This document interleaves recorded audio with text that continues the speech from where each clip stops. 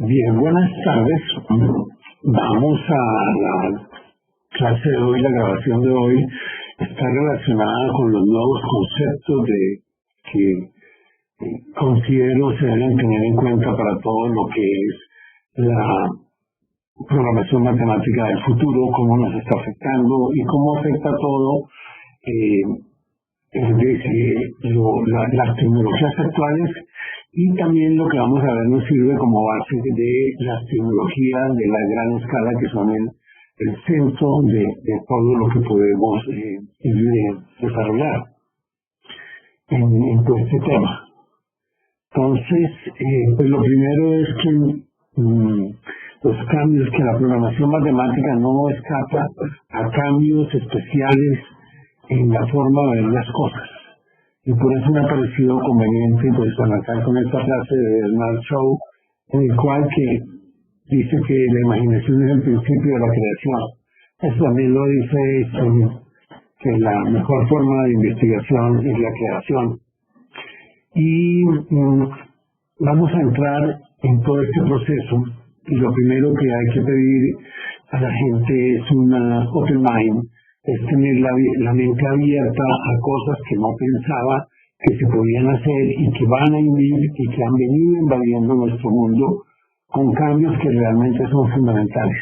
Yo pensaría que la programación matemática está un poco lejos de meterse en todo ese camino, y buena parte de lo que se va a presentar acá son conceptos generales, estructura, teoría por un lado, y luego toda una visión de futuro y lo que estamos haciendo en todo lo que pues yo he querido llamar matemática programming 4.0, porque va a estar relacionada con todo lo de la industria 4.0. Entonces, lo primero es que cuando viene un nuevo paradigma hay una forma de cómo uno veía las cosas, y cuando llega pues ya va a haber diferencia. Yo confieso que cuando comenzaron a hablar de los autos sin chofer, pues yo me imaginaba simplemente el carro con chofer convencional, el que está al lado izquierdo, y que pues yo me iba a sentar ahí y bueno, iba a andar y yo mirando qué pasaba, y realmente pues la dimensión es totalmente diferente. Como vemos, pues mire, es otro tipo de habitáculo, es otro tipo de forma de conducir con otras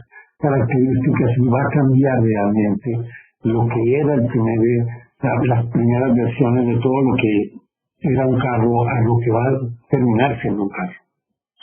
Entonces, dentro de esta matemática de programming 4.0, pues vamos a ver, hay varias cosas fundamentales que vamos a tener en cuenta para lo que va a venir y para lo que ya está también. Lo primero, la optimización de gran escala, la optimización paralela sincrónica, la optimización distribuida en tiempo real y los robots cognitivos. Cuando miramos esto dentro del panorama de que discutimos quizás en una de las clases primeras de qué es lo que cubre todo este curso y qué es lo que estamos enseñando, pues estamos en la parte alta, nuevamente en la parte de optimización estocástica, es el fin, digamos, o un paso intermedio ya de lo que vamos, porque pues realmente va a ser la programación matemática lo que va a potenciar toda esta parte de la analítica descriptiva. Y va a ser una nueva forma de hacer optimización, básicamente. Entonces, primero que todo, pues con cualquier solución de optimización, pues moderna, está pensada sobre un computador. Por lo tanto, tenemos que mirar un poco cómo son los computadores, qué ha venido ocurriendo con ellos, y por lo tanto, y de esa forma entender cómo debe ser la nueva arquitectura de las soluciones de optimización para poder acoplarse a eso que ya vivimos hace varios años. Pero lo primero que tenemos que ver es que pues, la forma de medir la velocidad de los computadores pues nos ha tocado inventarnos, ¿sí? No sé de dónde sale la palabra exactamente exaflop, pero es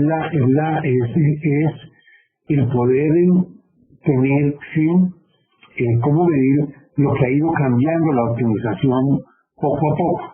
Y realmente cuando nosotros diríamos que estamos en una escala, cuando hablamos de cosas como México, de países como México y Colombia comparados con Estados Unidos, estamos en dos escalas diferentes, ¿sí?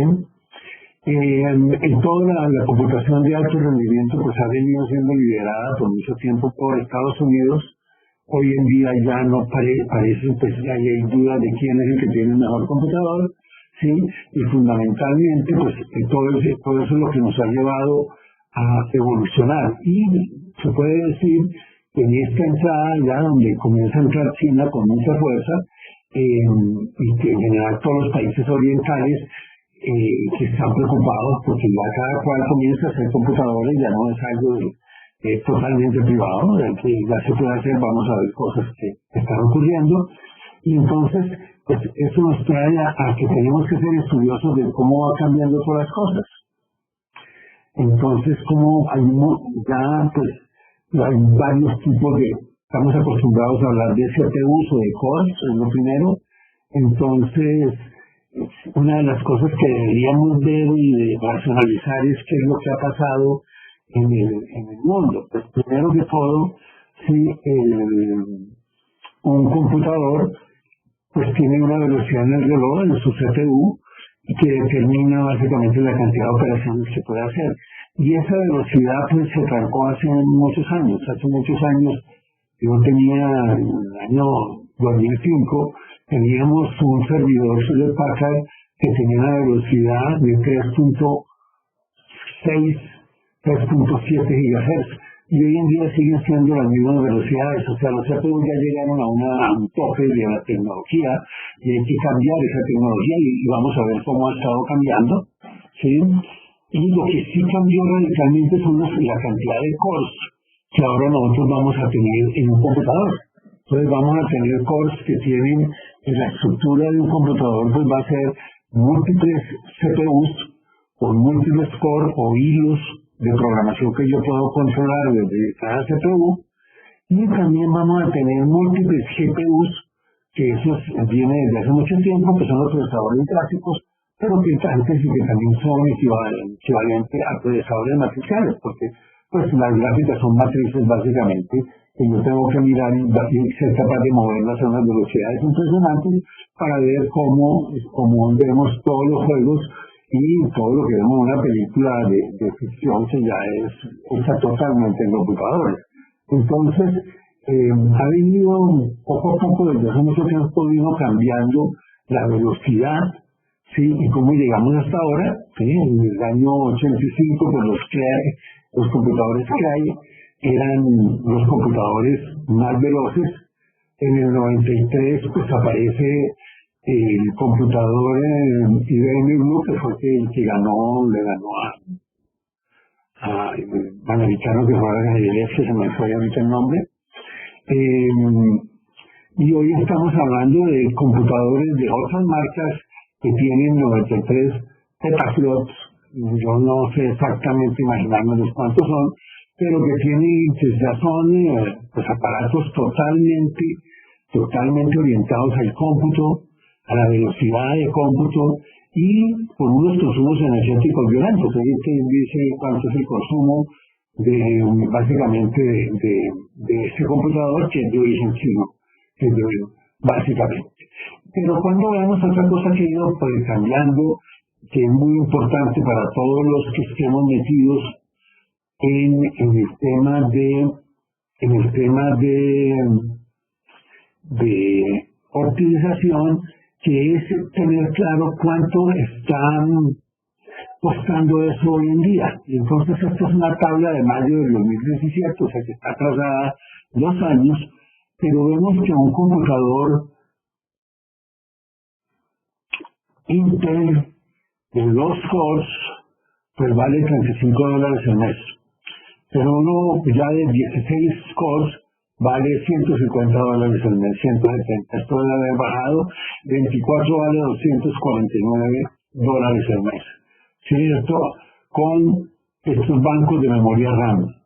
¿Sí? Entonces, pues definitivamente la gran diferencia que ha ocurrido en todo esto y que tiene que afectar la misma enseñanza de las cosas es, pues yo para meterme en el tema de optimización, tocó gastamos $400,000 en comprar una máquina con un procesador y una velocidad buena, lo mejor que pudimos comprar con la plata que teníamos, Y eso es lo que había que pagar para poder hacer modelos matemáticos en esa época, ¿no? Hablando de los años 80, exactamente.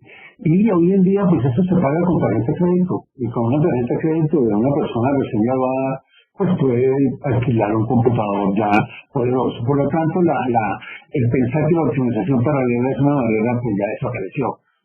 Cuando yo hice mi tesis doctoral hace 11 años, hace 13 años, pues me tocó, no pude trabajar en optimización paralela porque en Colombia no se conseguía un computador paralelo para hacer los ejercicios y para hacer las pruebas, y por lo tanto solo quedó a nivel teórico porque no era posible. Hoy en día, pues hubiera alquilado una máquina de $150, 3, 4 meses, y con esto se hace el trabajo. O sea que hemos cambiado radicalmente, y por lo tanto tenemos que pensar en el paralelismo como la solución por ahora existe en el mundo para que haya más poder de cómputo. O sea, no vamos a tener relojes más veloces, vamos a tener más CPUs y más RAM. Eso es lo que vamos a tener. O sea, vamos a tener más cores, más hilos que puedo manejar. Y por lo tanto, si yo quiero ser eficaz y eficiente en mi comportamiento, tengo que aprender de optimización paralela, de programación paralela, porque eso es lo que tenemos. Por otro lado, pues miremos hacia dónde va, qué nos dice el mundo que va a ocurrir y qué es lo que estamos esperando que ocurra. Pues viene todo, la industria 4.0, ya es los mandatarios de los países hablan de industria 4.0, no tenemos muy claro qué es eso para nosotros, pero pues ya estamos en la etapa de la industria 4.0 que pues, que se acuñó en el año 2016 por el señor Klaus Schwab, ¿sí? Y lo que está es mirando todo el proceso de ahora, que pues hay una parte en la cual tenemos robots, pero ahora lo que vamos a tener son manadas de robots, sí, gran cantidad de robots, todo está robotizado, y ese es el fin de la historia que tenemos que tener claro, y para allá vamos. Y vamos a tener lo que van a hacer las fábricas inteligentes, que básicamente pues van a permitir que yo pueda olvidarme prácticamente. O sea, voy a ir subiendo mi nivel de evolución, ¿sí? Fundamentalmente, tal como lo define Whitehead, que cuando él le pregunta al físico inglés Whitehead, pues cuando le pregunta cómo ve la evolución, él llega y dice, por la cantidad de acciones importantes y de decisiones importantes por las cuales ya no me tengo que preocupar. Entonces, ya dentro de poco, pues la gente se va a preocupar cada vez menos de que se accidente un carro, porque los carros se van a negar a accidentarse. Entonces, esto es lo que viene, y viene un nuevo nombre, pues le ponemos nombre como los sistemas ciberfísicos, que entonces que van a hacer la integración permanente de computadores con acciones en el mundo físico. Lo que tenemos es que una cosa es tener un carro que es capaz de moverse solo, y otra cosa es tener un sistema en una autopista que tiene múltiples carros, múltiples elementos, y que es capaz el carro de entenderlo todo y de intercomunicarse con todos de alguna forma, ¿sí? Para operar. Lo mismo no va a ocurrir en las redes inteligentes. Vamos a tener tal cantidad de redes inteligentes que la única forma de hacer la optimización sobre ellas pues va a ser mirarlas como agentes autónomos y ver cómo los controlan. Entonces, en todo este mundo, pues esto está acá, no tomé la referencia acá, pero así es como estamos viendo que va a ser esos sistemas de ejecución de manufactura. Y hay una parte que va a pegar a todo esto, que yo tengo que tener modelos matemáticos. Quiero o no voy a tener que tener las decisiones en modelos matemáticos. Y esos modelos matemáticos no van a poder estar en Excel, ¿sí? Ninguna compañía los va a poder tener en Excel, y vamos a tener que tener velocidades de esos modelos que sean capaces de interactuar con una cantidad de aparatos que son muy rápidos y que también tienen capacidad de acción. Estamos bastante acostumbrados a hablar de IoT, el Internet de las Cosas, pero yo creo que donde más tenemos que trabajar es en el IoT, en el Internet de las Cosas industriales, ¿sí? IoT, más bien. Entonces vemos que los modelos van para todos lados, porque son los únicos que van a poder coordinar todas estas acciones, que tienen que ser productos garantizados, productos que no fallan, porque pues, si llegan a fallar, dañan toda la línea y hoy van a representar a los que están controlando la línea, que en muchos casos pues, son personas cada vez más inteligentes.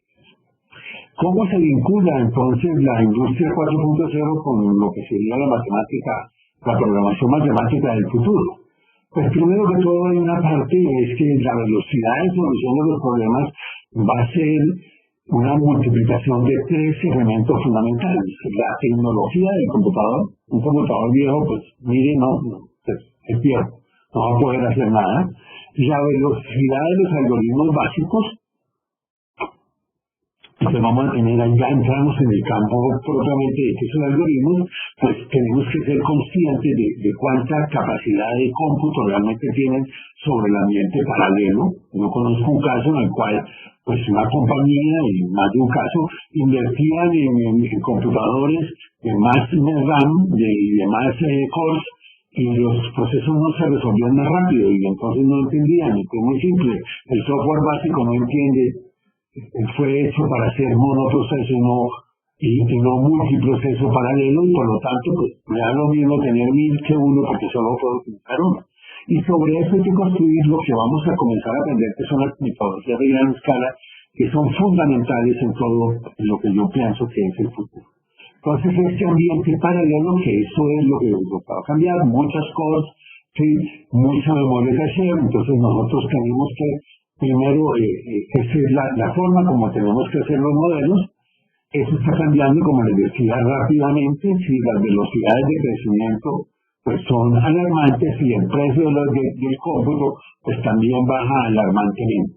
O sea, entonces todo esto se está, como vemos, esto está cambiando drásticamente en escalas logarítmicas, sí, son lineales, o sea, son procesos mucho más que lineales, como está aumentando la velocidad, en definitiva, del reloj, y el precio de esos gigaflops.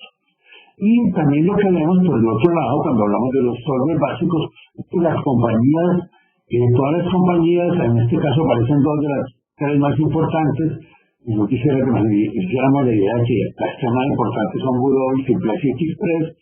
Pues mire, estos son las mejores que hacen de sus algoritmos versión a versión. O sea que acá cuando ponemos a hablar, por un lado multiplica la parte del cómputo paralelo, por otro lado multiplica la velocidad del solver, y nos falta ver cómo se hace con las teorías de gran escala, que es lo que vamos a comenzar a aprender. Entonces las metodologías de gran escala hay muchas, ¿sí? Hay varias. Y entonces, pues, ¿cómo las debemos concebir?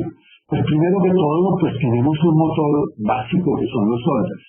Toda metodología va a trabajar sobre esos solvers. Si tengo un mal motor, pues no puedo aspirar a ganar la carrera. O sea, pero, y ahorita vamos a ver algunas cosas que tengo que también entender de toda la complejidad de muchas de las tecnologías para que tomen realmente ventaja de eso. Entonces, sobre estos solvers, que también miran el paralelismo, que miran cómo van a ser cada vez más rápido, pues era lo que veíamos acá, cómo están preocupados y cómo compiten Godot versión a versión, cómo tratan de ser cada vez más rápidos. Sobre eso vamos a construir un conjunto de metodologías más complejas, lo que vamos a llamar metodologías de gran escala, ¿sí? Que tenemos que estudiar. En mi opinión, esto debería ser parte de los cursos de pregrado, por lo menos ya tienen muy claro, en el momento en que un ingeniero se gradúe y estudia optimización, esta es la mirada que tiene que tener, que sin la metodología de gran escala no va a ser competitivo las soluciones que produzca. Y sobre todo esto viene el otro concepto que es fundamental, que es la optimización paralela sincrónica. Es el nivel de paralelismo que realmente podamos hacer con lo que estamos montando. Este es realmente, digamos, la estructura que nosotros vamos a tener. Entonces, si voy a tener paralelismo es porque voy a tener múltiples procesadores y me va a tocar coordinar múltiples problemas en múltiples procesadores o cores, oncos o hilos en los cuales yo tengo que asignar las funciones de qué voy a resolver en cada uno. O sea, lo primero es que tengo que tener una metodología para poder descomponer el sistema.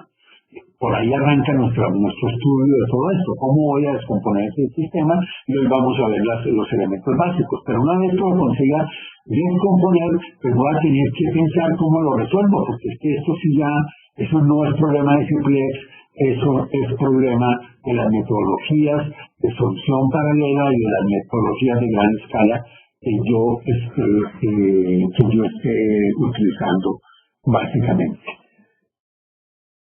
Entonces, tenemos que un aspecto que también tiene que enfrentarse poco a poco y que no se ha enfrentado en estos momentos, en mi opinión, es la parte de que las metodologías de gran escala ¿sí? sean fácilmente asimilables por las personas que van a trabajar en esto. O sea, en este momento las metodologías de gran escala ¿sí? implican que cada persona que va a utilizar una metodología de gran escala tiene que ser un programa especial, no hay herramientas para cosas muy estandarizadas, pero esas cosas muy estandarizadas son como el 5% de toda la potencia que vamos a tener y que vamos a ir describiendo esto. Parte de nuestro trabajo en la empresa, entonces nosotros estamos trabajando en esta dirección y ya estamos consiguiendo que una persona que no sepa todos los intríngulis, todos los detalles matemáticos de las tecnologías de gran escala pueda ser capaz de seleccionar de una forma paramétrica qué es lo que quiere hacer con un problema y que haya un robot que le escriba ese programa y le elimine la complejidad que implica hacer los modelos paralelos. ¿Y por qué esa salida debe o tiene que funcionar? Pues fundamentalmente es porque ya vimos que en el futuro, pues todo viene por metodologías de paralelismo. Entonces, y esto es la base del paralelismo, fundamentalmente. Eso por un lado. Por otro lado, esta descomposición de problemas nos va a cambiar cómo vemos realmente muchos de los problemas. Y entra otra de las palabras claves acá, que es Big Data. Entonces, ¿qué es lo normal, por ejemplo, de resolver un problema de despacho de camiones? Pues lo normal, lo que se tiende a hacer es que hay un despachador que tiene un problema que se llama, y que resuelve un problema que se llama el DRP, el problema del ruteo de vehículos, Vehicle Routing Problem, eso lo sabe resolver, y le dan a las 8 de la mañana a todos los camiones las rutas que van a hacer, y después no se hacen recálculos porque pues no tengo cómo hacer recálculos. O sea, en el día yo no tengo un aparato de medición, estamos hablando un poco del pasado, que me permita hacer todo eso, medir lo que está pasando y cambiar decisiones. En el futuro, pues entonces vamos a cambiar de un problema que sabemos que, por ejemplo, que los tiempos de viaje estimados cambian durante el día porque van cambiando las redes y que yo no puedo reoptimizar o que tengo un proceso muy largo porque tengo que venir acá a reoptimizar y volver para acá. Yo voy a cambiar por un sistema de medición Big Data inteligente, como es el caso de Waze, que en cualquier momento me da una ruta y me da el tiempo estimado de una ruta y va a permitir que con computadores inteligentes que puedo tener en cada vehículo, en la misma una tablet, pues ya puede hacer estos procesos, ¿sí? Entonces yo voy a tener un sistema colaborativo y ahí es donde yo tengo nuestro real-time distributed optimization, porque voy a tener optimización en tiempo real. ¿Por qué? Porque la puedo ir cambiando en el momento en que va llegando información. Yo puedo saber, en el momento que llego de un cliente, me dice lo que me dijo el despachador es vaya al cliente, llegó al 1, vaya al 2 y después al 3. ¿Sí? Pero cuando yo llego al 1 me doy cuenta que la ruta entre el 1 y el 2 está totalmente colapsada y hago análisis y a lo mejor me voy para el 3 y al 4 y al 5 y al final del día hago el 2 porque eso lo estoy haciendo en línea. Y entonces ahora puedo resolver problemas cada vez más poderosos. Los problemas de tiempo de viaje dependientes del tiempo Eso no es convencional tenerlo, son complicados de manejar y principalmente lo más complicado es de tener la data. Otro caso que también nos lleva a esta misma situación va a ser la coordinación de las redes inteligentes. Va a tener redes inteligentes de todo tamaño, ¿sí? En todos lados, y hay que despacharlas y tienen que coordinarse y alguien tiene que hacer la labor y pues ya parece ser, en mi opinión, que la solución no es aspirar a que haya un computador que es capaz de resolver en un segundo todas las redes inteligentes y cambiar los espacios. Lo que va a haber es un conjunto de procesos de optimización que se tienen que ir coordinando entre ellos para poder resolver el problema de una forma que sea eficiente, ¿sí? Teniendo en cuenta de que todo va cambiando y de que el mundo realmente es dinámico y que la forma de resolver problemas pensando que yo paro, resuelvo el problema y el mundo vuelve a arrancar, pues eso no existe. Es como lo hacemos personalmente.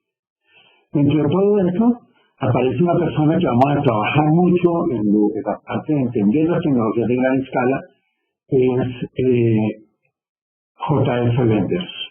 Para mí, Benders es la persona tan importante como Danzig. Es decir, la teoría de Benders, ahorita la vamos a analizar, es tan importante como el impacto que tiene en el desarrollo de la optimización de Simplex. Ese es mi feeling. ¿Por qué?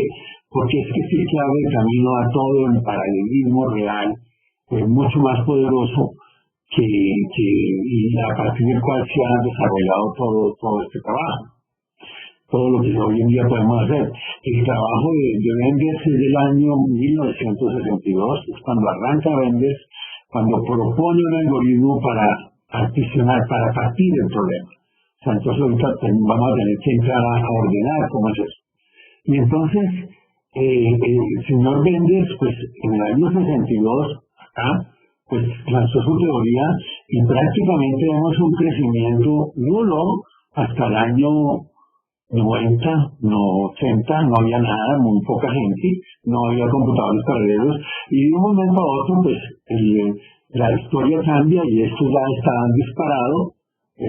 El caso fallido en el 2001 yo estoy seguro que es un problema o una eventualidad muy extraña o es un problema simplemente de datos, porque pues no tiene sentido, todo indica que este es el ritmo de crecimiento, eso que implica que tenemos una teoría que se está desarrollando. ¿Por qué yo estoy en Benders? Y quizás soy un fan totalmente, un fanático de Benders, es porque yo comencé mi desarrollo profesional en los años 75 y en el año 78 yo comienzo a trabajar con Benders, ya que tengo la suerte de tener mucho tiempo y eso pues me ha hecho ver que en el año 78 comenzamos a desarrollar modelos que para poderlos meter en el computador y resolverlo en Fortran y demorarnos 2 años haciendo toda la solución y un costo de $4 millones costaba todo el proyecto, de los cuales 1.7 eran el modelo, pero no lo habíamos gastado, no fue, tocaba contratar mucha gente y estudiar y todo esto. ¿Cómo fueron cayendo ya en el año 90 cuando sale Simplex, que se crea en estos años, pues ya aparecen las librerías comerciales, aparece un montón en mi hoja de vida, pues está Xclave, que en esta época del 91 del 93 yo tengo la oportunidad de trabajar en un modelo de cerveza utilizando Benders y entonces comienzo a crear todo lo que he estado trabajando y parte de lo que se les va a enseñar, ¿cierto? Entonces, en los años 2002 ya producíamos, hay una época en que Simplex le ganaba a Benders y ahí se paró totalmente la investigación. Y hoy en día ha vuelto a retomar toda la velocidad, puesto que ha cambiado el ambiente, volvió a cambiar y tenemos un ambiente. Por lo tanto, de ahí viene todo este conocimiento de entender todo lo que está pasando. ¿Y qué es lo que pasa fundamentalmente con las teorías de gran escala? También esto aplica parcialmente para la relación lagrangiana, aunque yo creo que es mucho más poderoso definitivamente Benders. y por rato largo, creo yo. Entonces, está en lo siguiente, aquí estamos comparando un solver básico, o sea, ¿cuál es nuestro nivel de comparación? Un solver básico sin metodologías de gran escala versus el mismo problema resuelto con metodologías de gran escala.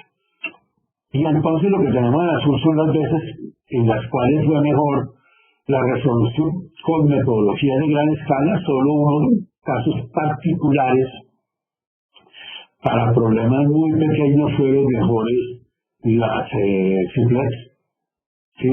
En la medida que el modelo crece, tiene con más seguridad, voy a tener mayores ventajas. O sea, hay algo de la economía de escala de la tecnología, es que si el problema es muy pequeño, pues no tiene sentido utilizar tecnologías de gran escala. El overhead que se va a pagar va a ser muy alto, ¿sí? Entonces tenemos, y eso es más o menos como, pues yo siempre hago la referencia como tratar de matar una pulga con un martillo. Una pulga no se mata con un martillo, pero un elefante tampoco. O sea, con a martillazos no lo voy a poder matar, pero un animal chiquito sí lo podría matar de un martillazo. Entonces todo tiene su nivel. Pero cuando vemos las relaciones, dentro de todo lo que son las relaciones, pues vemos relaciones del orden de 500, 287 veces más rápido. O sea que esto es muy importante. Y es muy importante cuando nosotros entremos a comparar y a tener que tomar decisiones de software comparado con la historia del software cuando lo que tenemos, sí, es enfrentarnos a metaheurísticas. Hay una creencia, como ya lo dijo, en la cual se considera que las metodológicas superan a la programación matemática. Y pues mire, pues, si usted saca la programación matemática de las teorías de gran escala, quizás entonces sí la superen. Pero cuando entra de lleno lo que se están haciendo en problemas duros, pues definitivamente son competitivas y tienen mucha más fortaleza porque dan mucha más información y se pueden estandarizar. En cambio, la metodológica no. Lo que ocurre en muchas de las comparaciones es que quien hace la metodológica no es un experto en programación matemática y hace una implementación de programación matemática regular y, pues, definitivamente ese no es el estado del arte de la programación matemática. Para mí, la programación matemática hoy arranca, sí, lo que debería terminar la formación, es entender por lo menos que esto existe, pero en gran escala para que si yo compro software a alguien, exigirle que eso esté dentro del software. Y se está utilizando desde hace mucho tiempo. Entonces, la potencia de Blender está en que desde hace mucho tiempo pues, ha probado ser efectivo. Hay una gran cantidad de investigación, lo que no está muy ordenada, o sea, cada persona hace su investigación y la publica. Lo que hemos tratado nosotros de hacer es ordenarla. Es una tecnología que resuelve problemas o sea, en tiempos muy razonables. Faltaría poder hacer una buena competencia con el mejor de las metodologías contra el mejor de la programación matemática. Es madura, ¿sí? Es madura y básicamente lo que sí tenemos es que hay una brecha grande entre las soluciones con las dos. Entonces, Blender lo vamos a mirar más tarde. Eso lo vamos a ver en otra clase, pero acá podemos ver la cantidad de aplicaciones que hay, sobran, ya vimos lo que está presentado en ese paper, ¿sí? Y por lo tanto vamos a encontrar aplicaciones de Blender en todos lados, ¿sí? O sea, eso es algo ya que no es algo nuevo, lo que se está haciendo es algo viejo y es algo que definitivamente deberíamos tener claro. En el sector eléctrico va a ser fundamental y eso es parte de casi materia obligada de Blender porque las tecnologías utilizadas como la SDDP, que es la más utilizada o la más nombrada como metodología y está basada en Blender. Entonces tenemos que entender Blender para poder entender qué es lo que trata de hacer la SDDP y también para validar lo que puede hacer y lo que no puede hacer. Porque las herramientas matemáticas tienen límites y todo. Entonces, cuando miramos cuáles son los requerimientos de la optimización moderna, pues yo diría que el primer requerimiento de la optimización moderna es la estandarización, la normalización, el ordenamiento de lo que se debe hacer. ¿Para qué? Básicamente para que los modelos puedan ser portables, ¿sí? Para que sea fácil conectar modelos entre sí, para que podamos capturar todo el esfuerzo que ha hecho la humanidad haciendo modelos y no se queden en modelos aislados que no se pueden integrar. La situación actual es que no hay estándares a nivel general, ni hay una asociación que yo conozca que está peleando por hacer esos estándares. Después de eso, pues el futuro implica lo que ya hemos nombrado, de la optimización paralela, la optimización distribuida, y un concepto que está en la mitad, que lo vamos a hablar ahora más tarde, los sistemas expertos de optimización. Entonces, hay que socializar. Uno de los problemas que tenemos es que esto mueve mucho dinero y por lo tanto su moderna optimización requiere de normalización, requiere de desarrollar nuevas herramientas para capitalizar conocimiento como los sistemas expertos, ¿sí? En Latinoamérica, pues definitivamente que se vea de una forma diferente. La mayoría de lo que yo conozco de cursos de analítica avanzada no tienen en su parte optimización avanzada, y muchos científicos de datos pues no tienen dentro de su conocimiento fortaleza en optimización. La socialización de las tecnologías, principalmente de las de gran escala, ¿sí? Y parte de eso es hacer fácil hablar con ellos. Y obviamente relacionarse con todo lo que es moderno. Entonces el primer paso que tenemos que analizar, sobre todo ya la parte matemática, guiándonos a qué es lo que vamos a hacer, lo que estamos hablando en la clase de hoy es fundamentalmente conceptual, entonces no vamos a ver nada de ecuaciones ni nada. La próxima grabación sí va a ser ya sobre temas de las metodologías. Pero cuando vamos a descomponer un sistema, entonces vamos a pensar en cómo yo puedo descomponer los sistemas. Entonces vamos a describir dos acciones que yo puedo hacer con respecto a los sistemas que yo manejo. Uno es partirlos, o sea, partirlos en una relación jerárquica donde hay un modelo que coordina el submodelo, ¿sí? Entonces, y eso lo vamos a llamar partición. Eso no es estándar, o sea, esto no es un estándar, esas son las definiciones que yo tengo y las que vamos a ver en este curso, las que vamos a tratar de mantener y de aclarar de que en muchas partes esto se encuentra diferente. Porque realmente, y de dónde sale también la palabra partición, es que eso es, el algoritmo de Venn es un algoritmo de partición tal como él lo definió. Y la descomposición es la acción de dividir un problema en múltiples problemas con el mismo nivel jerárquico. Entonces, pensemos en un modelo, entonces vamos a ver cómo sería hacer ese proceso que nos da si somos capaces de desarrollar después la matemática para resolverlo. Entonces, primero tenemos un modelo integrado y supongamos que es de inversiones y operaciones, o sea, un modelo de tipo que optimiza inversión y operaciones, un modelo estratégico, como los que vamos a ver y a nombrar, por ejemplo, para hacer el diseño de una cadena de abastecimiento. Tienen que coordinar inversiones y tienen que coordinar operaciones. Entonces, ese es mi sistema integrado. Sistema integrado si yo lo puedo resolver. Llamo a Simplex, lo pongo dentro de Simplex y lo resuelve. Pero si me voy hacia metodología de gran escala, lo primero que debo tener es una conceptualización de cómo puedo partir el problema. Entonces, digamos que la primera partición del problema la vamos a hacer por funcionalidad. Aquí hay muchas formas de partir, esto es como el principio de Pygmalion, uno ve lo que quiera ver. Entonces, y una de las cosas que uno puede tener es no ver nada, pero lo mejor es ver ordenadamente el problema y manejarlo en la mente ya ordenadamente, ¿sí? Entonces voy a tener, digamos que las inversiones las saco porque las inversiones son las que determinan las operaciones, ¿cierto? Si yo no construyo la refinería, pues no puedo operar la refinería. Entonces, pues parece que hay una jerarquía muy clara. Primero se construye la refinería y luego se opera. Y ese sería un coordinador, básicamente. Y lo que he hecho es una partición.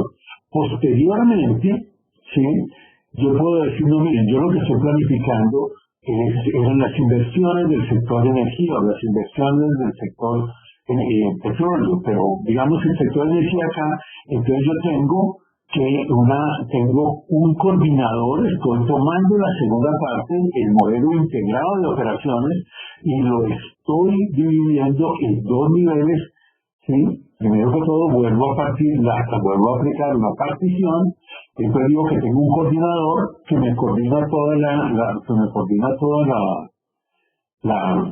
los diferentes sectores de la energía, y tendré el sector 1 que es el eléctrico, el sector 2 que es el de petróleo, el tercero que es el gas y el cuarto de biocombustibles, lo que yo considere que deben ser esos sectores. Entonces, digamos que tengo electricidad, gas y petróleo para un modelo energético.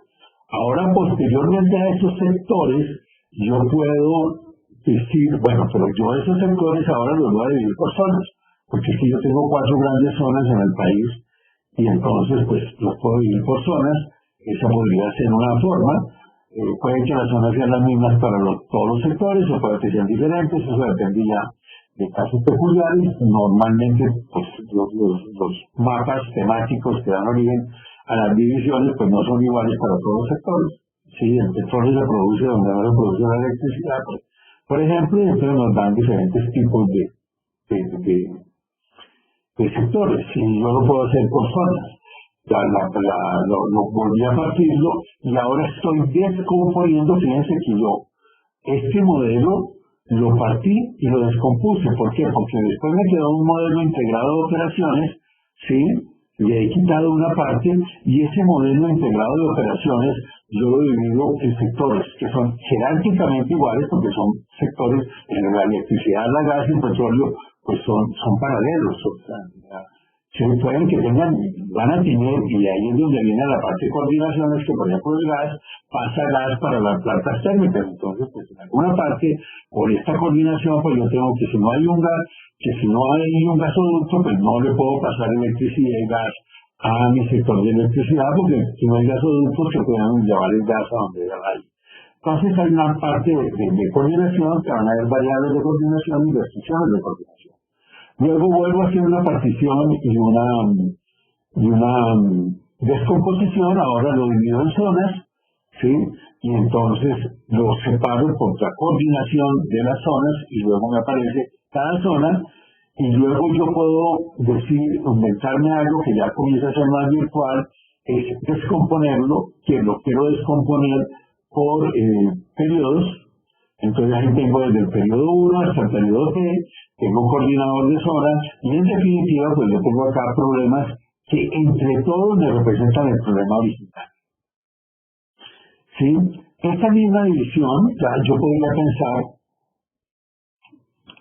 y es bueno que lo pensemos así, porque es lo que va a ocurrir cuando lleguemos a optimización estocástica, en que lo que tengo son diferentes escenarios para las operaciones. Entonces tengo el escenario 1 y el escenario H, y tengo H escenario. Entonces aquí, esto antes de comenzar la partición, hago una descomposición.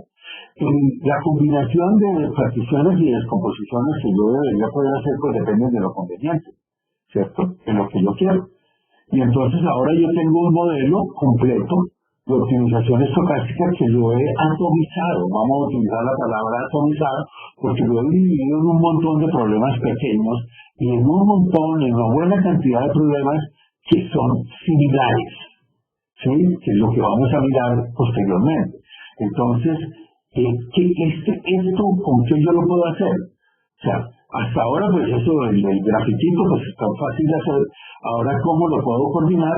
Pues se lo puede coordinar con Benders, o con organización lagrangiana, o con descomposición cruzada, que es la interacción de lagrangiana con Benders y con Dancy-Wolf, o puede utilizar programación disyuntiva o programación bilineal. Todos los conceptos de gran escala yo los puedo utilizar para resolver estos problemas que ahora son átomos y que tienen nivel de paralelismo, ¿sí? En el sentido, pues estos problemas aquí están paralelos, ¿sí?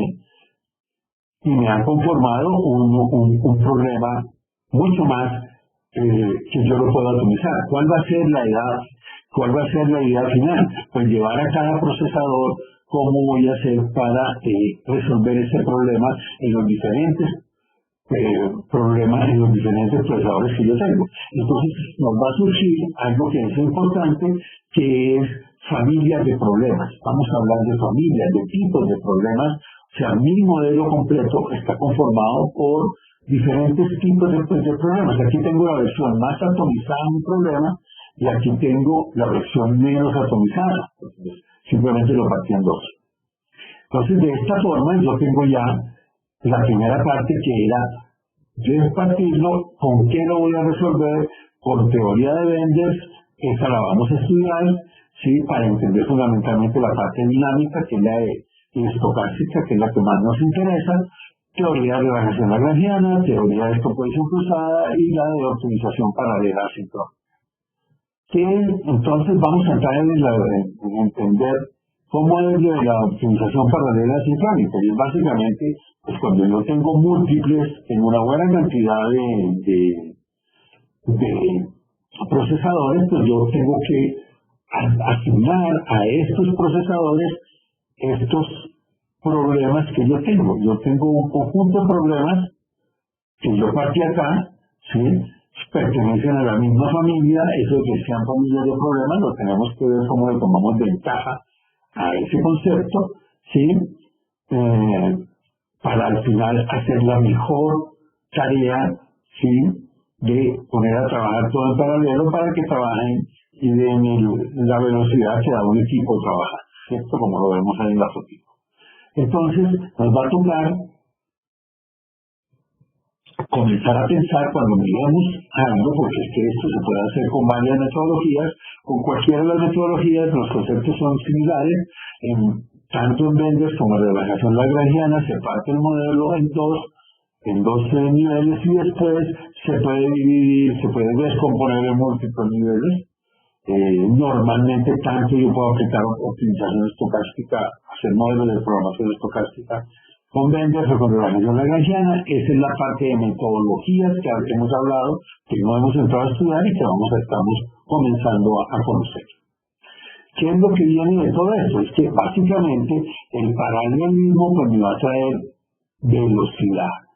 Me va a traer una velocidad en poder ver si aquí con 8 CPUs pues yo me demoro 2.7 segundos y en un módulo normal me demoro 31. Ahí hay una relación de 1 a 15. Sí, aquí me demoro 49 minutos y aquí me demoro 9 horas. O sea, esto depende del problema, obviamente, pero lo que sí vemos es que la cantidad y la reducción que hay por utilizar los múltiples procesadores puede ser más que lineal. O sea, ahí podemos tener unas eficiencias realmente interesantes cuando trabajamos bastante en la parte de tecnologías de gran escala. Entonces vemos, como vemos acá, que es el caso más de 9 horas, pues bajo a 49 minutos.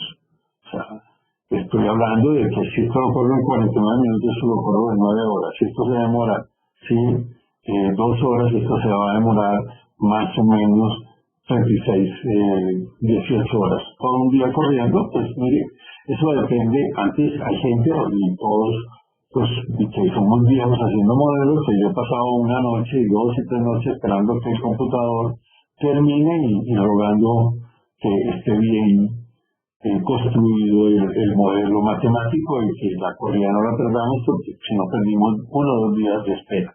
Así fue al comienzo. Hay mucha gente trabajando. Vemos que las relaciones con respecto a los procesadores pues tienen diverso comportamiento, y tenemos dos formas de resolver y lo tenemos que mirar. Hay esquemas asincrónicos y hay esquemas sincrónicos. El esquema asincrónico pues fundamentalmente es una especie, lo podemos llamar también aleatorio, en el sentido de que van terminando las cosas y él mantiene todos los CPUs ocupados y no tiene fases de sincronismo. No hay fases de sincronismo. Eso es básicamente lo que tenemos en este tipo de problemas, que no hay fases de sincronismo. Entonces es el que gasta menor tiempo. Pero tiene un problema grande, que ya lo hemos visto con los problemas degenerados que hemos hablado en algún momento, es que no tengo ninguna garantía de que me dé la misma solución Y eso no quiere decir que esté funcionando mal. Quiere decir que en la forma como está trabajando pueden llegarse soluciones degeneradas a diferentes puntos. Y yo no puedo revisar exactamente lo que está haciendo. Y por lo tanto, pues en un ambiente laboratorio muchas veces pues es mejor trabajar las versiones sincrónicas que las versiones asincrónicas, y en la mitad pues tenemos los híbridos, ¿sí? Que puede ser meterle otro tipo de cosas, no son híbridos entre de síncronos y asíncronos, básicamente. Pero como vemos, la velocidad siempre del asíncrono será mucho mayor que la del sincrónico. Eso hasta ahí un poco lo que hemos visto.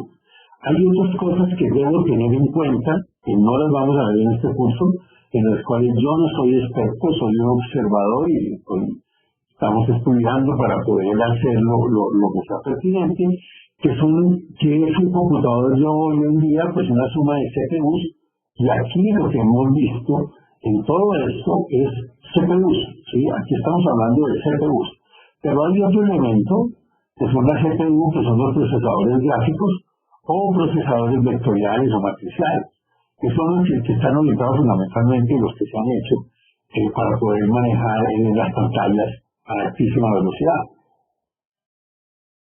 Lo que tiene una pantalla es que es una matriz de muchos píxeles, ¿cierto? Y entonces, pues en la medida que yo puedo procesar todos los píxeles al tiempo, pues lo que yo veo en la pantalla es muchísimo mejor que si yo no puedo procesar todos los píxeles al tiempo. Si yo proceso secuencialmente la pantalla, pues voy a ver que se va desplazando los movimientos de la pantalla. Cuando tengo una gran potencia en GPUs, pues prácticamente yo aquí he hecho el cambio y toda la pantalla se refrescó automáticamente y nadie vio lo que pasó. ¿Eso dónde está? Esto tiene que ver con el manejo, originalmente con todo el manejo de imágenes, para poder hacerlo muy rápido y poder hacer el despliegue de esas imágenes en computadores convencionales que van para todo lo que son los procesadores y manejadores de la pantalla. Pero también se consiguen simplemente bancos de GPUs. El GPU es un procesador, entonces, que trabaja vectorialmente, que tiene una estructura diferente, no tiene solamente hace operaciones matriciales, entonces toca pensar los algoritmos y pensar operaciones, cómo las voy a hacer matricialmente si puedo, y entonces voy a tener que, ahí lo primero que hay que cambiar el chip de cómo veo todo. O sea, una operación, una suma de matrices es una operación totalmente paralela, pero una operación de multiplicar matrices ya no es paralela.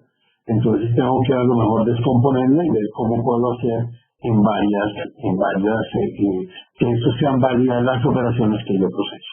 Y aquí lo que vemos acá al lado izquierdo es para un determinado tipo de problema, lo negro, que es el menor tiempo gastado, implica en gente que está trabajando. Este artículo está en la literatura, pues gente que está trabajando en tratar de hacer en tener eso en cuenta para tomar ventaja de los GPUs y qué es lo que más quiere, o sea, normal.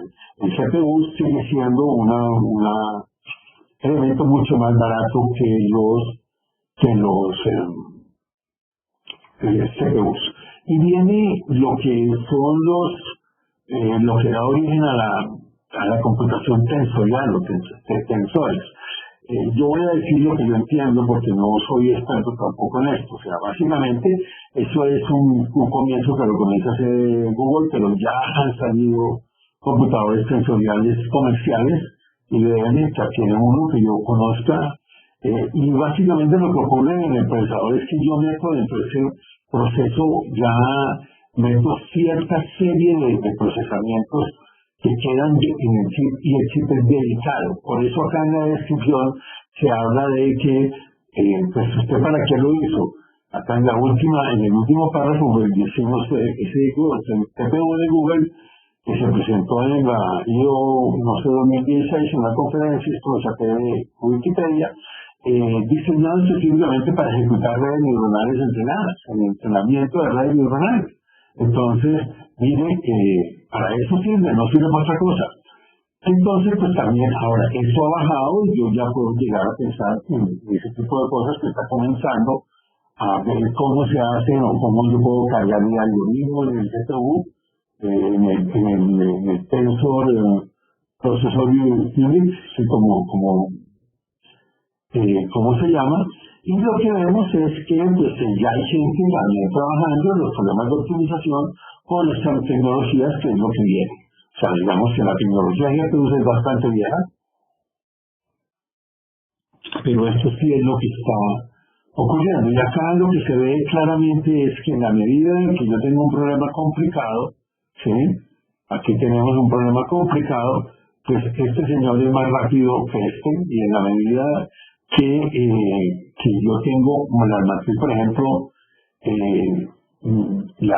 aquí es que está una matriz densa, es mejor el tensor, pero si la matriz es dispersa, entonces no le gana ya tan fácilmente y en todos los rendimientos. Y gente que está trabajando, por lo tanto, si yo estoy metido y estoy comenzando mi camino de la optimización, esto lo debe tener en cuenta. Es que ya hay gente que está trabajando acá. Me faltó el artículo del cual se sacó esta información. Me faltó, lo pongo después. Entonces, eso ya es definitivamente, ese es el estado del arte de la optimización y con su paralelismo, lo tengo que tener en cuenta. Miramos el otro concepto que hemos hablado de los sistemas expertos. Pues ahí tenemos el diagrama más sencillo de lo que un sistema experto es conseguir un experto que es un viejito o uno que tiene mucho conocimiento, y entonces la voy a meter todo ese conocimiento en una base de datos que es capaz de manejar ese conocimiento, y después voy a hacer algún tipo de máquina de inferencia que extraiga el conocimiento que yo requiero de ella para los usuarios no expertos, básicamente para los que están en proceso de formación. Eso es, digamos, el concepto fundamental de los sistemas expertos, ¿sí? Entonces, ¿qué es lo que, dónde podemos nosotros tener experiencia y qué estamos haciendo?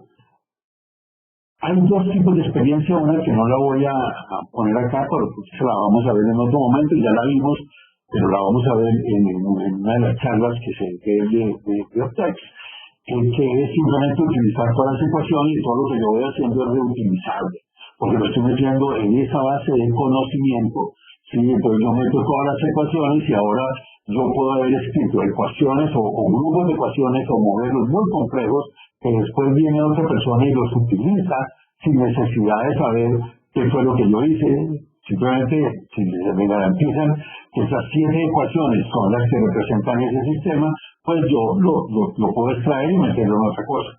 Entonces, ese es un primer nivel de experiencia que debemos tener.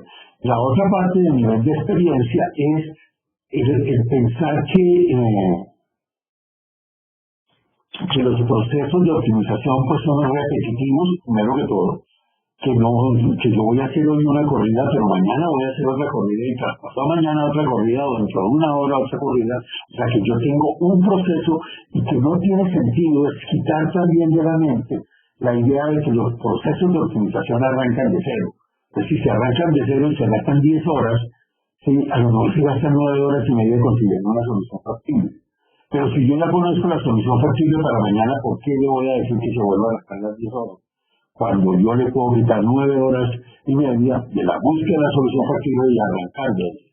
Entonces, lo que tratan este sistema de experiencia, o sea, que son el otro punto del sistema experto, es tratar de ganar fundamentalmente conocimiento en la ejecución de las corridas. Entonces, y es pensar que es la optimización K y la siguiente va a ser la K más 1. Entonces, lo que yo tengo que hacer, cosas que yo puedo hacer, y es, en el caso, por ejemplo, de Bendix y de la relajación lagrangiana, se generan unos planos cortantes que después vamos a entender, que también vamos a refrescar cuando los veamos acá, que yo los voy a ir almacenando y que esos planos cortantes son los que me están sirviendo a mí, que son restricciones, hiperplanos que yo voy metiendo en mi matriz para cortar zonas de la zona de reactividad que no me interesan, que no son óptimas o que no son factibles, y que al final me permiten resolver el problema. Pero yo todo esto es una base de datos de conocimiento puesta en hiperplanos. Entonces yo pongo en los hiperplanos, puedo guardar, básicamente en los hiperplanos puedo guardar el conocimiento, y en la próxima etapa, pues yo llego, ¿sí? En la primera, cuando esto fue bueno, pues fui y guardé los primeros cortes, ¿sí? Los almacené acá, y para la segunda corrida, pues utilizo esos cortes y genero nuevos cortes y me quedo aquí de por vida, porque realmente cada vez que corre usted puede ir almacenando y puede estudiar esto cómo lo vamos a hacer. Ese es el concepto, uno de los conceptos de la parte de generar un sistema experto con base en planos totales. Pero hay otra forma de generar pues, sistemas expertos y de manejar la optimización y de mejorar todo el conocimiento que yo tengo, que son las envolventes convexas o no convexas. ¿Qué es lo que implica? Que yo voy a tomar mi problema original, voy a extraer una parte de ese problema que es muy compleja y la voy a tratar de volver una envolvente convexa. Exactamente voy a tratar de explicarlo ya cuando lleguemos a volver a revisar esto con más detalle, un proceso de bombeo en acueductos, en oleoductos, en el cual las estaciones de bombeo son muy complejas. Y entonces extraemos, este modelo es el modelo para cada estación de bombeo, ¿sí? La parametrizo simplemente con presión y caudal, ignoro un montón de complejidad que tiene el poder de optimizar, pero a mi modelo de optimización, pues yo lo que le meto, una vez yo he generado estas soluciones, he generado esta envolvente convexa, meto esta superficie, reemplazo estas ecuaciones originales por estas nuevas ecuaciones y esto corre muchísimo más rápido. ¿Y cuándo hago esto? Pues mire, pues que usted es otra parte en la cual debemos pensar que también se debe analizar es que los computadores están hechos para trabajar todo el tiempo, no para trabajar un momento. Entonces, porque si yo tengo un computador dedicado, ese computador mientras no esté corriendo el programa completo puede estar generando información para las próximas corridas y que yo la pueda insertar de manera rápida y pueda resolver el problema. Entonces yo voy acumulando experiencia que después la voy a tomar en cuenta. Entonces, ¿esto cómo funcionaría? Pues yo tengo mis programas, en algún día arranqué, tengo mi modelo que genera envolventes convexas que me sirven para todas las optimizaciones y que simplemente es una base de datos que yo voy llenando con puntos que representan el conocimiento que yo he ido adquiriendo de ese modelo para hacerlo más fácil. Entonces hasta ahí tenemos el concepto de un sistema experto. Ahora pasemos a tener otro concepto que es importante acá, que es el de la optimización distribuida. ¿En qué se diferencia la optimización distribuida de la optimización paralela? La optimización distribuida es hecha toda en un computador o en una malla de computadores. La optimización distribuida es hecha en múltiples elementos que están optimizando su comportamiento y están conversando con otros para que todos en total trabajen de hacer lo mejor posible. O sea, está orientada a todo lo que es trabajar en un sistema ciberfísico, como lo llaman, y en las cuales que una visión puede ser, yo tengo muchas redes inteligentes y esas redes inteligentes las voy a coordinar, ¿sí? Poniendo modelos de optimización que representan a cada red y luego en alguna parte yo tengo que estar alimentando esto sin necesidad de correrlas todas. Y acá pues, vuelve a ser muy importante todo lo que son las tecnologías de gran escala, porque si no, no se puede hacer de esta forma. ¿Qué es lo que trata de hacer entonces? Que entonces está uno de los cambios radicales desde el punto de vista. Estamos acostumbrados a que un modelo se corre cada semana o cada día o cada hora y yo espero a la hora y corro ese modelo desde cero y me lo resuelvo y después vuelvo a esperar todo ese tiempo. Y entonces tengo una optimización que la tengo sincronizada y que durante un tiempo no tiene nada que hacer, independiente de que se entere de que ocurrieron cosas. ¿Sí?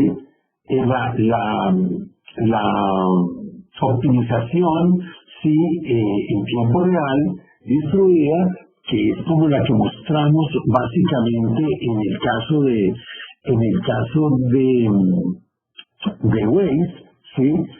Está fundamentalmente orientada, ¿sí? Está fundamentalmente orientada a computación más o menos por eventos, ¿sí? Es cuando se activa el proceso de optimización en un camión, cuando llega al sitio, cuando va a salir del sitio se activa, le va a preguntar al Waze y hace el recálculo y decide qué es lo que va a hacer. Ocurrió un evento. Cuando se reactiva y cómo se activa el proceso de las redes inteligentes cuando ocurre un evento. ¿Cuál es un evento? Ocurrió la hora, cada hora se activa, sí, eso es válido. Pero también ocurrió un evento. No pensábamos que dentro de 15 minutos iba a pasar una nube que se iba a quedar media hora sobre la zona y entonces llegó la nube y se quedó sobre la granja solar y ahora no puede generar y se cayó todo y yo tengo que pasar el dato porque estoy bajando el nivel de eficiencia, de compromiso que yo a lo mejor tenía para cumplir que todo funcionara. Entonces trabajo con eventos. ¿Esto a dónde me lleva? Me lleva a que al final es la unión de la optimización paralela con la optimización distribuida, porque las dos están casadas. Tienen dos funcionamientos diferentes, pero ¿cómo voy a generar yo lo que va a ocurrir en cada uno de los elementos inteligentes que van a correr? Pues lo voy a generar a partir de un modelo, ¿sí? En el cual tengo familias de problemas. Tengo familias de problemas, cada colorcito significa un problema, y en el cual yo sé, porque lo he hecho con matemáticas formales, cómo son las leyes de transmisión de información y de conocimiento dentro de cada uno dentro de esa familia, ¿cierto? Eso mirado de otra forma de vista, pues es hacer una base de datos, es hacer esa base de datos y irla manteniendo permanentemente, la base de datos de conocimiento de los procesos que han venido ocurriendo y todos los procesos cuando ocurren la nutren y de tal forma de que si todos la están nutriendo y tienen un mismo paradigma, entonces todos pueden ir avanzando. Cuando le ocurre el evento de que le toca resolver algo, resuelve algo y pasa información a la misma base de datos de conocimiento. Esto lo podemos llevar a una visión que es parte de lo que estamos también mirando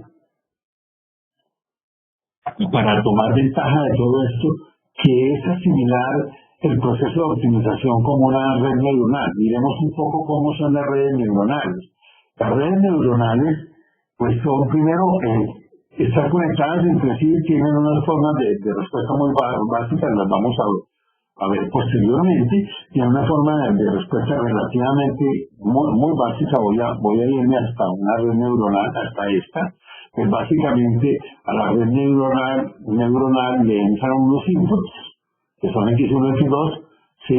Le entran esos inputs, tiene unos outputs que los va a comparar, ¿sí? O sea, va a comparar eso y con base en esto va a realimentar a toda la red y voy a poder, y con base en este principio tan simple que simplemente emular la red con un montón de neuronas artificiales, muchas neuronas artificiales, entonces yo con esto puedo emular las redes y nacen muchas cosas que se hacen en inteligencia artificial mirando las cosas con un punto de vista diferente. Entonces nosotros podríamos, sí, con facilidad, entonces, que cada familia de problemas, o sea, ¿cómo voy a mirar esto? Pues tengo familias de problemas, ¿sí? Que los puedo coordinar, o sea, que yo sé qué es lo que entra y qué es lo que sale, porque si yo aíslo esto, estas flechas van en doble vida, o sea, aquí sube y baja información. Cuando lo vamos a ver, hay un intercambio de información, por lo tanto se están realimentando, son neuronas que están conectadas entre ellas, ¿sí? Donde la salida de una neurona puede volver a entrar a esa misma neurona por otro lado para recalcular cosas. Entonces yo tengo producto de inputs que debo leer, outputs que debo procesar y tengo todo lo que tiene una red neuronal. y conozco las leyes de cómo se debe hacer. ¿Sí? Y por lo tanto, yo puedo hacer que este proceso de optimización, si lo miro como las redes neuronales, puedo definir un modelo basado en neuronas, ¿sí? Donde en el esquema asincrónico, ¿sí? En el esquema sincrónico, que es como no funcionamos, todas nuestras neuronas están funcionando paralelamente. Yo no dejo de pensar un milisegundo para reaccionar, por lo menos entre lo que yo he debido, no es así como funcionamos todo el tiempo. Y entonces, pues es asincrónico. Entonces yo tengo un proceso que simplemente si cada neurona difunde su información, ¿sí? Y cada neurona toma la información, ¿sí? Tan pronto como sea posible, y genera nueva información. Eso es válido para el procesamiento paralelo o para la optimización paralela o para la optimización distribuida. Y entonces, ¿qué es lo que estamos buscando con los sistemas asincrónicos? Es disminuir el tiempo de los procesadores que ya vimos. Pero entonces pasar a mirar que ese modelo matemático que yo tengo es una neurona de mayor nivel, porque es una neurona más inteligente que las neuronas que utilizamos convencionalmente.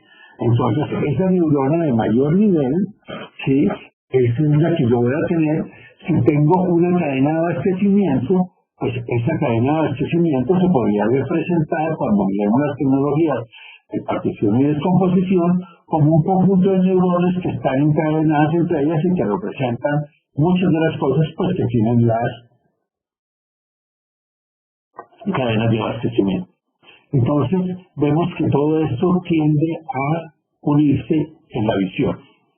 Y la parte final de todo son los robots cognitivos, en lo cual pues habría que entrar a mirar y se comentará primero que todo de dónde salen esos, cómo son esos robots hoy en día. Como un robot, yo lo dividiría en, llamémoslo, robots mecánicos y robots cognitivos. Un robot cognitivo un robot mecánico es el que sabe pintar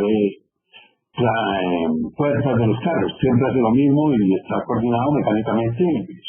Un robot cognitivo es un robot como el de los que nos pintan con apariencia de ser humano, cada vez lo más parecido posible, y que es capaz de aprender a cómo es ese sistema y va generando información y sirve para suplantar también a muchas de las cosas que tenía que hacer la otra persona.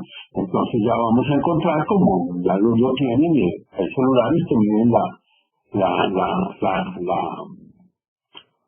azúcar en la sangre y que podrían inyectar automáticamente y para que el que está preocupado, no, él aprendió, él sabe qué es lo que va a hacer y ya lo está haciendo totalmente de aprendizaje, ¿cierto? De una manera aprender y generar conocimiento y comenzar a competir desafortunadamente con los humanos en esa labor que se piensa que es fundamentalmente humana. Esto viene de esta frase de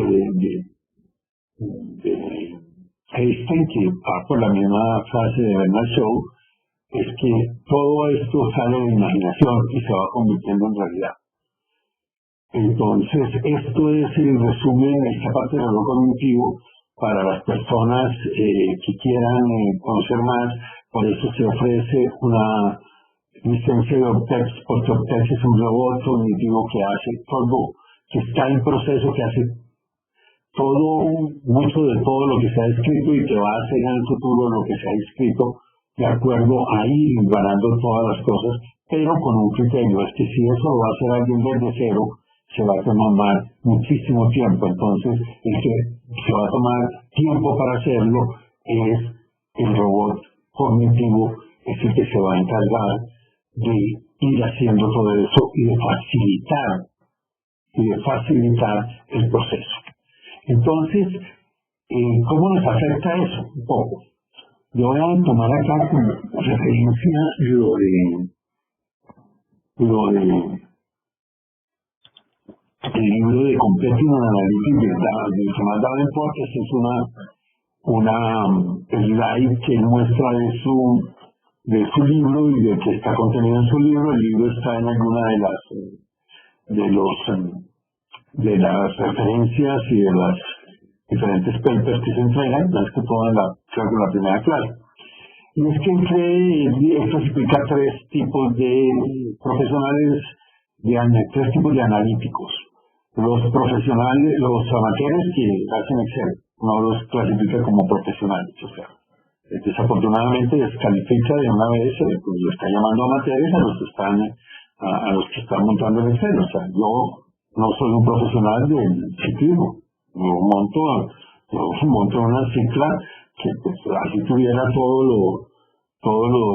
modernidad, pues yo no la sé ni manejar. Entonces yo manejando la cicla más mala y soy un amateur. Los semiprofesionales, que son aquellos que utilizan herramientas visuales para crear modelos simples, utilizando modelos que otro hizo, fundamentalmente metodologías que otro hizo, y que es lo que más se mueve a nivel de comercial y que se tiende en muchos casos a que ahí termina el profesionalismo de la analítica. El profesional de la analítica ya es aquel que es capaz de hacer algoritmos, ¿sí? O sea que el final de la profesión es ser capaz de hacer algoritmos. Entonces, dentro de todo esto, el proceso es un proceso que comienza hace 30 años ya, aunque su última evolución comienza hace unos 12 años, fuerte. Tenemos algo que se llama Optex. Y Optex es básicamente un robot cognitivo que trabaja con tecnologías de gran escala, que es capaz de armar bases de datos de conocimiento de las corridas que se están haciendo automáticamente, que genera programas, o sea, que tiene una capacidad de ayudar a trabajar en todo lo que es hacer los modelos matemáticos. Entonces, hoy en día, gracias a tener Optex, hacer un proceso matemático elimina un poco de cosas que si bien un profesional le va a tocar aprenderlas, en muchos casos, muchos usuarios que no están interesados en aprender a dominar tecnologías a fondo, pudiesen llegar a hacer modelos matemáticos simplemente con procesos de entender y de tener la capacidad de modelamiento algebraico. O sea, el está limitando es, para que haga modelos tiene que saber álgebra. Es lo que hemos visto, lo que se ha nombrado y es lo que tenemos que aprender a escribir. Buena álgebra. Si no sabemos escribir buena álgebra, estamos mal. Punto. No hay way. No vas a poder ganar la Fórmula 1 porque no eres capaz de meter la reversa. Y eso es fundamental, lo que sea. Bien.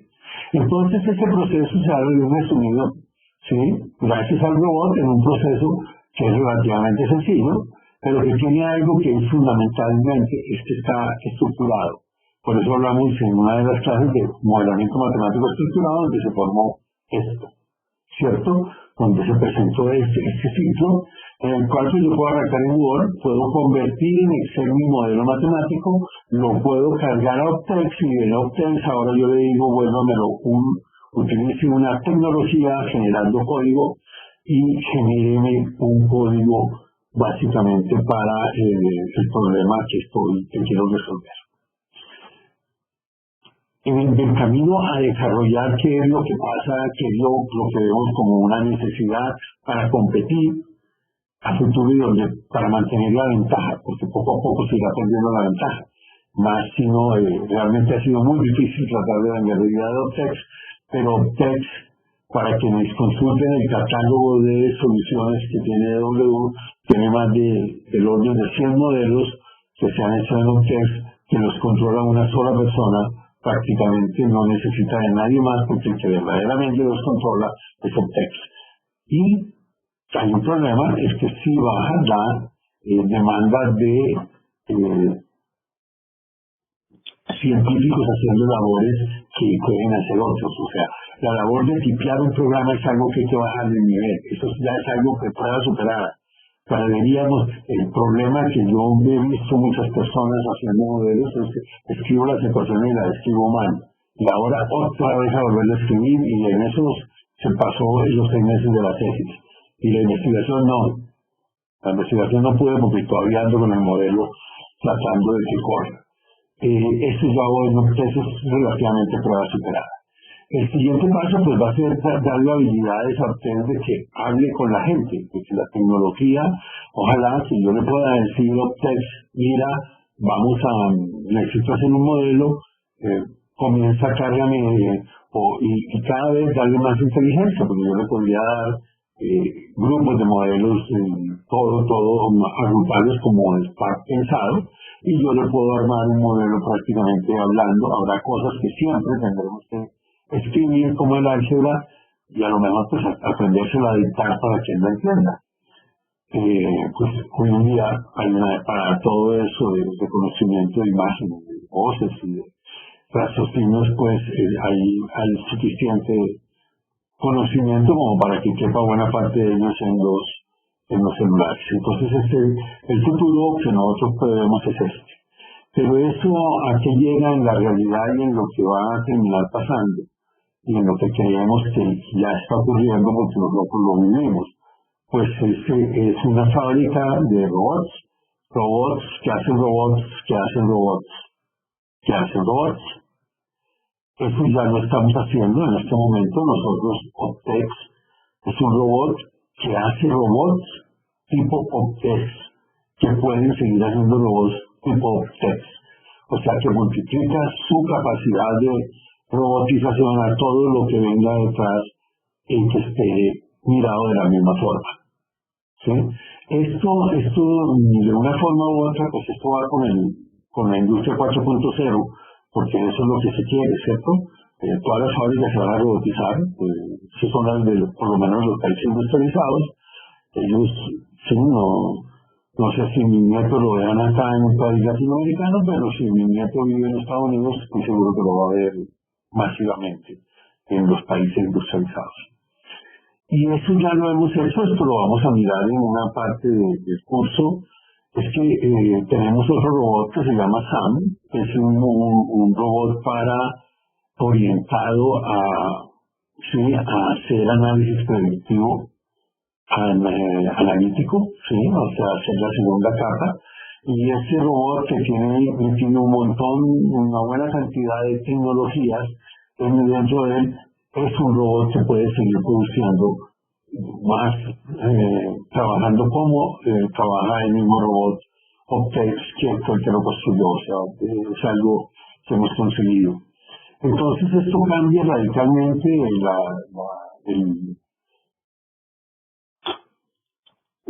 digamos, la fuerza laboral. ¿Cómo se va a ver? Es que en la cúpula van a llegar robots cognitivos que pueden crear sistemas expertos, sí, con todos estos conocimientos que los pueden crear y que los pueden reproducir fundamentalmente, pues la idea lógica es para socializar el conocimiento para que lo podamos utilizar en bienestar de todos los que están en la cadena, y debería traer bienestar a personas, a toda la sociedad. ¿Por qué? Porque subiría el nivel de la tecnología que está haciendo. Entonces, con esto terminamos la clase de hoy. Como frase, pues, lo que yo les decía cuando comenzaba un poco a hablar, es que toca abrir la mente, y que cuando uno realmente abre la mente, ya el problema no vuelve a caber en su mente, sino que ya entiende muchas cosas, y se comienza a generar realmente mucho conocimiento en el momento en que uno quita las barreras de la caja de estar en un cuadrado pensando, sino simplemente ser open mind. Pensaría yo que es un requisito básico para poder investigar. Bueno, con esto estamos terminando la clase de hoy y espero que tengan buen rato.